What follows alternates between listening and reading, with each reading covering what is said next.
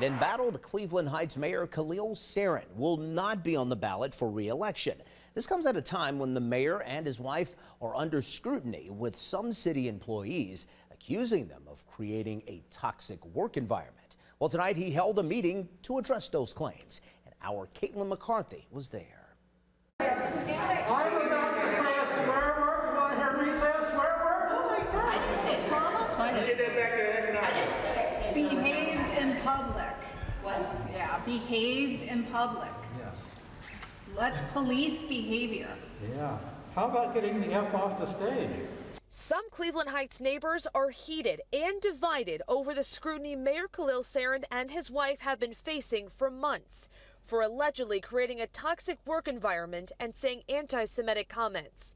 One of the accusations is his wife paced up and down a hallway inside City Hall, yelling expletives, causing one now former city employee to feel threatened. He says an investigation was done on this claim.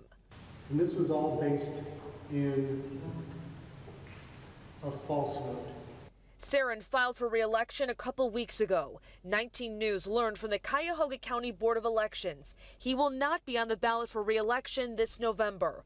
Sarin submitted his signatures on June 11th, the deadline to submit. He needed at least 177 signatures to be on the ballot. Apparently 44 people who signed other mayoral candidates' petitions decided to sign mine too, for whatever reason.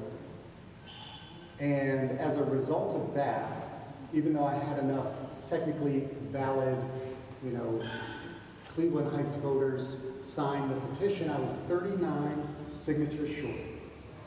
Do you plan to eventually run for re-election? I've got certain well-founded and educated concerns about many of the candidates based on my experience of them, but I don't have a crystal ball.